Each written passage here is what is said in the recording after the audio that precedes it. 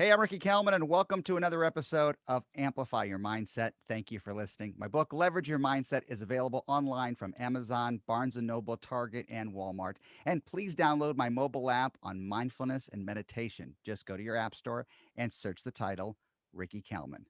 Lisa Lieberman Wang, welcome to the program. Thank you, Ricky. I'm excited to be here. I'm excited to have you on. I'm excited about jumping in a conversation as I got to know you a little bit and found out how much synergy there is to your philosophy and my branding. And I was just intrigued. I actually, when we had a call, I said, "Stop! We have to stop talking because everything you're saying, I want to put on the air." So here we are. You're an author, speaker, and entrepreneur. Let's go back a little bit. I get to ask this question: how does someone become a speaker? How does someone become an entrepreneur? How does someone dive into wellness? What was your inspiration? How did it start for you? I think I'm unlike, or I should say, I am like so many other people that our life experience becomes our destiny. And that's exactly what it was for me. I grew up in a family of entrepreneurs, so I don't know that I actually had a choice. When I saw that there were only two ways to make money in my family, it was either you're a CPA or you're a doctor, or you're an entrepreneur. So those are my choices. So I think the entrepreneur was the way. And that actually wasn't what I was seeking. I just was looking to how to succeed. And I had great role models, quite honestly, between my mom and my grandfathers and other people. That was the great role models I was able to follow. But there was a turning point for you, going back to even the earliest start with Tony Robbins. Well, the turning point for me is where that started is I always say I grew up in a traditional dysfunctional family where people said disparaging words. I thought I had to be perfect, and that was really the goal, is how do you be perfect? I didn't know there was no such thing. And it turned out that unbeknownst to me, dealing with trying to be perfect, I ended up with ulcers and high blood pressure as a young kid. By the time I was 18 years old, I was on 13 prescriptions a day.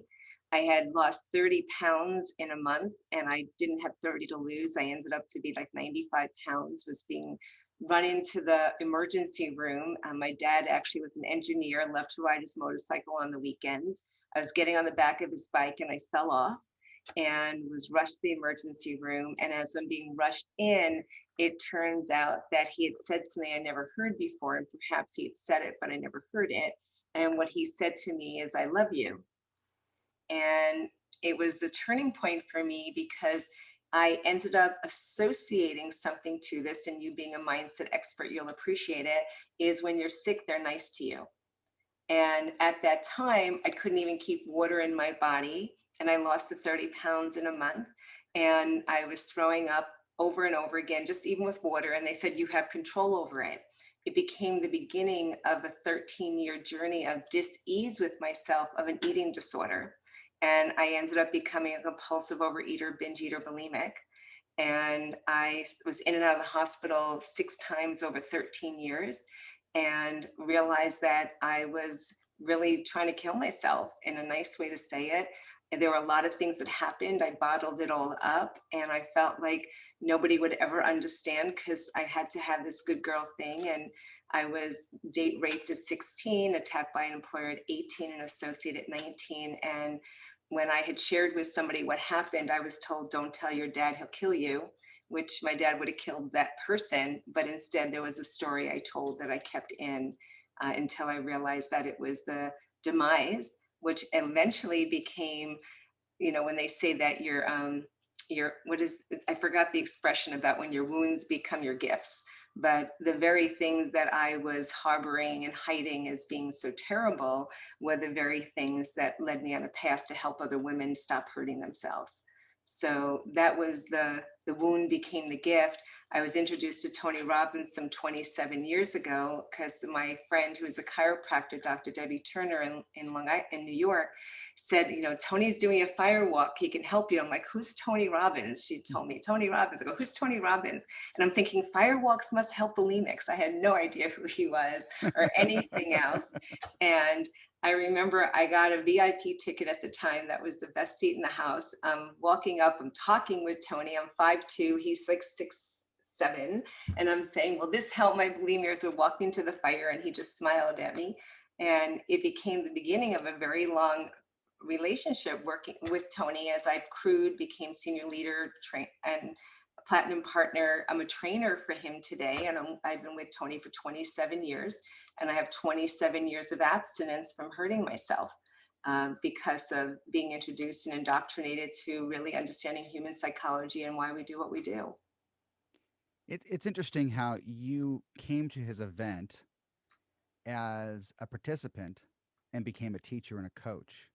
I find that often when I do talk to a lot of his trainers and coaches as well. You're in the audience. You go with and by the way, a lot of the people that I talk to have told me the same thing that you just said. Really weren't sure who is this guy and what does he do? And I've heard about him. I saw something, but with not a pessimistic or I would say, if you will, a preconceived outcome that this stuff doesn't work. It's just I don't know. I'll go, and yet something shifted for you. What was your background at the time when you went to that event? I'm curious, what were you doing at that time? Well, at that time, actually, I was unbelievably successful. I was a millionaire by the time I was 30. I ended up working for companies like IBM and MCI. I had been the top 1% in the world in sales.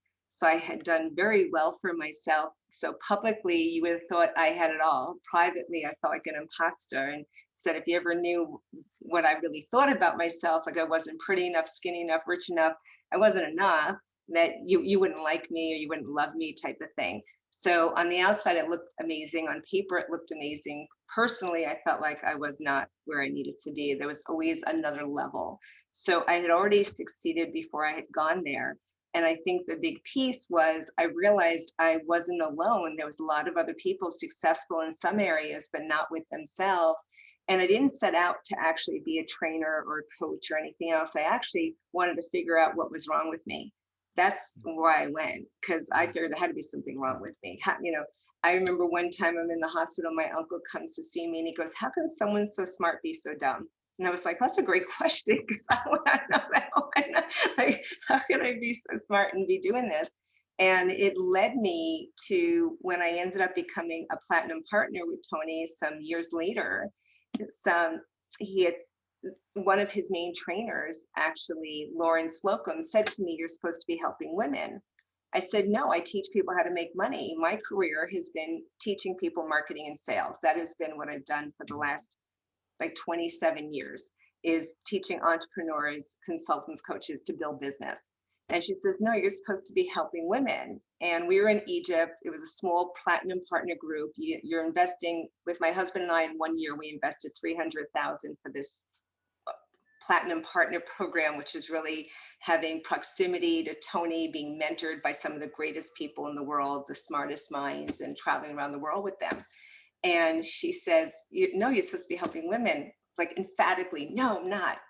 And a year later, same week, I ended up waking up one morning and I said to my husband, I call him Handsome. I said, Handsome, I'm supposed to save lives.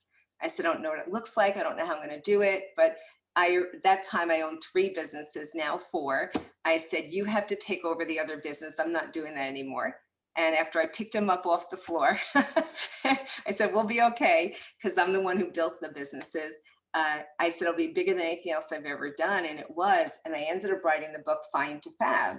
And fine was how I used to feel, which was effed up, insecure, neurotic, and emotional, to fabulous, awesome, beautiful. And I ended up writing the book. I got some clients that had such amazing results with helping them, overcome self-sabotage and really take care of themselves, that it put me on CBS and ABC and NBC and Fox and everything else. And it became, like I told my husband, it would be bigger than anything else I ever thought I'd do. You touched on a subject during this moment just now, and I'm stepping back, and it's something that I think about on a regular basis. It doesn't matter how rich, poor, whoever you are, we're human. Yeah. We are not perfect. And when somebody acknowledges that, hey, life is not perfect and there's no perfect playbook, change happens. We become creatures of self discovery. And as I dived in a little bit more about you, I find that what you're teaching, and please correct me if I'm wrong, it's helping people get out of their own way to create more success in their life. I think in a lot of ways, absolutely true. I think that also we have a lot of rules that we've set for ourselves and some that we've adopted from other people that we think that they need to be true. And to really learn what's right for you versus what's right for your parents or for someone else. It's Hmm. really when we become coherent in being present here and now and understanding, does this work for me, or if it doesn't, and looking at all the things around it. I believe today my whole motto is learning to really live in a beautiful state no matter what. And you know that I have challenges going on with my husband right now due to COVID and other things. And I look at it and people just expect that I should be a certain way because of it. And I just choose not to go there. And I Hmm. just want to really figure out, what can I control and what can't I, and Hmm. have faith that it's going to work out just the way it's supposed to. There's only so much we can control, but we can control how we perceive and react to things. I probably said that line on every podcast in the last 7 months because every conversation goes back to, what's our new normal? What's the unprecedented times? What are our challenges? And, before even COVID, and every day is a new normal. Every day is an unprecedented time, meaning you don't know what's going to happen. And you have to be present today because you'll be sorry you're going to miss out or celebrate the small little things that we can appreciate: a breath of air, helping, serving a client, getting an email from a client that says, "Thank you so much for your help. Look where we've gone because of your assistance and content." It's challenging us daily, and I think it's challenging us as coaches and teachers and influencers. What influences you though? What influences me? Yeah. That's a great question. I don't know where I would go with it. I have one of my things I go to all the time. I ask myself this question, no matter what's happening, is what's good about this. So my core question in my life, no matter what's going on, is that's my influence. Is how I answer that question. Hmm. And it's good because it keeps me on track that no matter what's happening in the world, I can always find something good because I'm looking for it. And if we're looking for what's wrong, we'll find that too. I just choose not to live there. So I like to live in what I can find that's good. That's a phrase probably you say a lot during the day, huh? I say it all the Yeah, time. I do too. I say something very similar to it, and those little things that we say to ourselves that pull us out of that hole or push us a little bit harder or get us to step on stage and deliver. Those little things are just that's that programming that we have. We rely on that, and if we don't, Absolutely.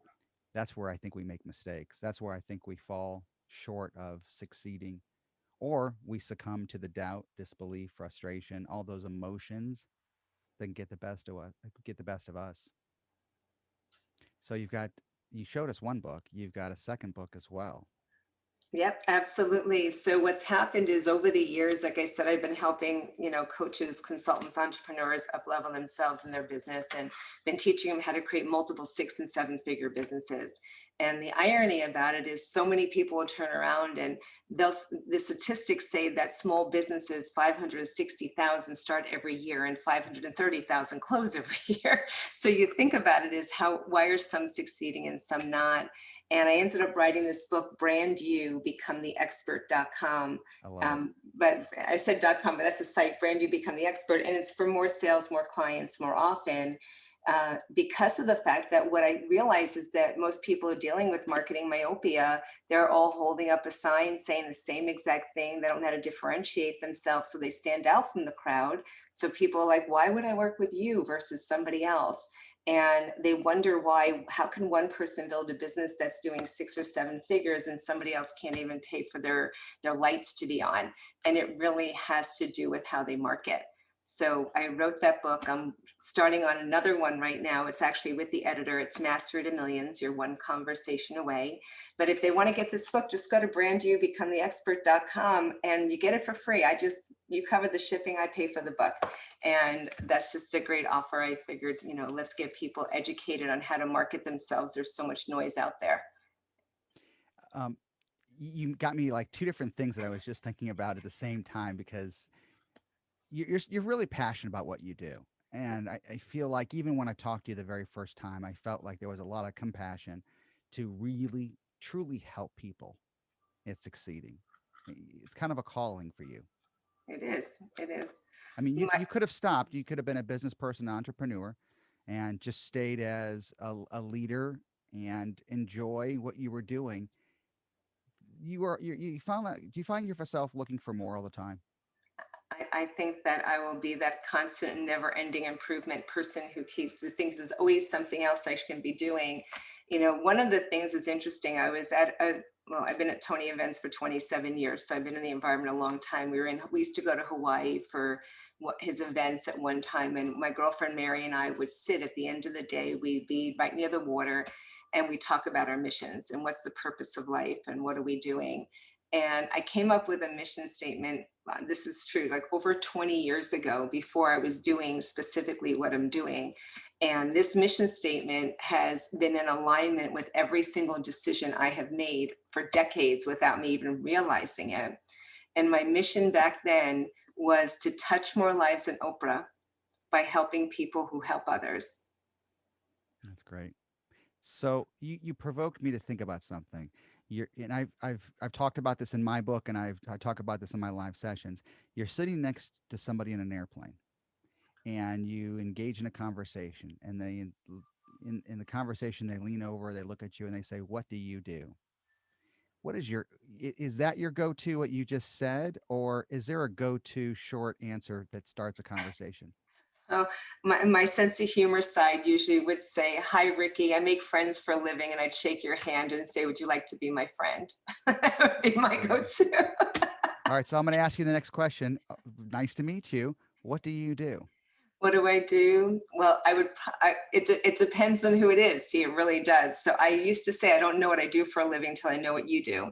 So whether I'm answering Oh, on a well, wait a minute. Wait a minute. Hold on. You got me there. Hold on a minute. Why? Why do you ask that question? Well, because I could be helping somebody personally or professionally. I have Okay. clients like Konica Minolta's Athens Blue Cross Blue Shield. I also deal with business owners that are doing 15 million a year. And I deal with the coach and consultant who wants to be able to break the six figures and seven figures, who's looking to scale a business. I don't know where you're at. The truth of any of those businesses, if you own the business, you are the business. You are Hmm. either the success or the challenge in that company. So am I helping you personally or professionally? Are you going to be driven by how I can help you personally, or are you concerned more about the numbers? Are you looking to increase your revenue, reduce your operating expenses? What's our focus? And I've been in sales for a very long time, Ricky. I've done over 60 million in personal sales on my own. One of my organizations has done over 100 million. So for me, I really don't know what I do for a living until I know what you do for a living. I love that. Tell us a little bit about your businesses. Well, I was in the direct sales industry for 27 years. My husband and I are top 1% in the world. We were able to retire many years ago to a nice high six-figure income, so we didn't have to work. And then my husband was a programmer right after 9/11. We all know what happened in New York, New Jersey, and a lot of the companies ended up laying people off. My husband was with PricewaterhouseCoopers and got laid off, and we started a web development company, and that's been 19 years that we've had that company, and it does extremely well. And then I started Find to Fab, and that's been amazing. And Find to Fab led us back to what I was doing before, personally and professionally. I dealt with a lot of successful people that were hurting themselves, and then they were business owners. So once we took care of them personally, I was able to take care of their business and get them to really, my main strength has always been marketing and advertising and how to do sales. So teaching them how to scale businesses has been my real golden nugget. Without giving away too much content here, if I was on that airplane with you and I was intrigued to engage your services and I had a business, I owned a dry cleaner or I was a dentist, what's so give me some advice here to start a conversation with you to intrigue me to say, okay, you know what, I think I need more help than what I'm doing now. Does that make sense? That Yeah.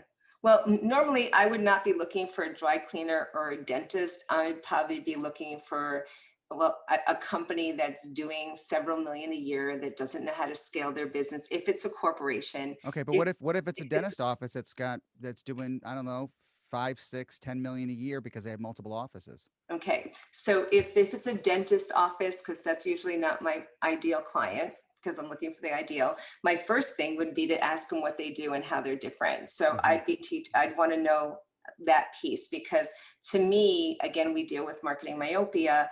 I can go to any dentist. So what makes this dentist better? Are they pain free? Are they, what, all the other things? How are they marketing? And I want to, if not, I would introduce them to my book and tell them they should learn how to do a sensational soundbite, which actually identifies who's the ideal client, what's the problem you're solving for them, what's the benefit of working with you, and what's the advantage of working with you.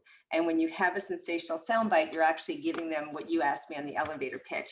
If I was sitting with you and you're a woman, and you said, you know, Lisa, I have a high executive position. I'm doing really well, but I'm always dealing with stress and anxiety. I can't get through it. And she said, what do you do? I'd say, oh, well, actually, typically I work with successful women that are hurting themselves. I help them go from how I used to feel fine, which is effed up, insecure, neurotic, and emotional, to fabulous, awesome, beautiful, without years of shame, blame, and therapy. That's what I would tell them. And if you know anybody interested, let me know. That would be my sensational soundbite. If somebody was a business owner and they said, what do you do? I'd say, typically I work with entrepreneurs, coaches, and consultants that are looking to scale their business to multiple 6 and 7 figures, but they're frustrated and overwhelmed trying to compete with all the noise, and they're looking for a proven system to be able to do that. And then that would be my answer for them. So you know what I'm hearing here is it doesn't make a difference what you do for a living. It's really getting outside of your comfort zone of what you do and grow bigger than what it is. And branding is a huge thing. What's your, what makes you different than anybody else, but really expand on that. What I find is even when I go to a restaurant, there's thousands of places that make pizza, but we all have our favorite pizza place because of not necessarily the pizza. It could be about the experience, because about the brand, because of the whatever it may be that they've created. And you can be a large corporation that is, if you will, pigeoned by just what they produce, and they don't think about the bigger picture of making it bigger by the experience. Absolutely. And here's a great example. I actually have a client that's rather large in the plumbing heating business. And we ended up sitting down. They needed a ninja marketing person. They hired me, and we sat down. They're in business for decades. And I said, well, who's your ideal client? And they didn't know.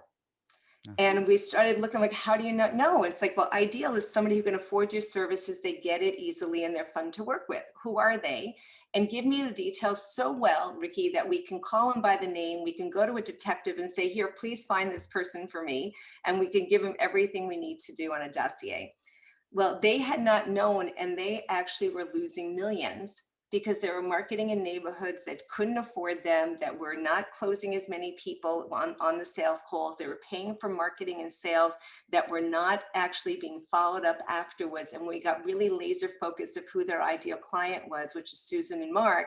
We knew exactly where they lived. We knew what their income was. We knew how they did business, how many times they needed to see something to buy something, literally everything about them. We closed the gap on almost $3 million in revenue that they wouldn't have gotten because they were not marketing in the right place. I hope my listeners are taking notes right now. This is really amazing. I think that even just if we would have stopped at 5 minutes, you've got me thinking about even, how do we implement this in different ways for not only the individual but for the corporation to dive in deeper. And before we go, I want to talk to you a little bit about you. As you know, I have 30 years in this business on the power of suggestions, the subconscious, using techniques to help people relax. That's also a little bit of your background as well. Mhm. And I don't want to not talk about that. So I'm going to let you just take over for a moment. Well, pretty much because of my journey of trying to figure out what was wrong with me, I had decided, once I was introduced to Tony Robbins, I would decided to study with every single person he ever put in the footnote of his books. So I had the pleasure of studying with Jim Rohn and Hmm. these also the people for NLP that actually created it, like John Grinder and Dr. Bandler. And I got licensed as an master NLP practitioner and trainer with Bandler. And then I decided to study more with Robert Dilts. And it just kept going on and on and on to the point where I'm a licensed master NLP practitioner and trainer. I've studied dialectical behavior therapy as well as cognitive behavior therapies and every other submodality out there.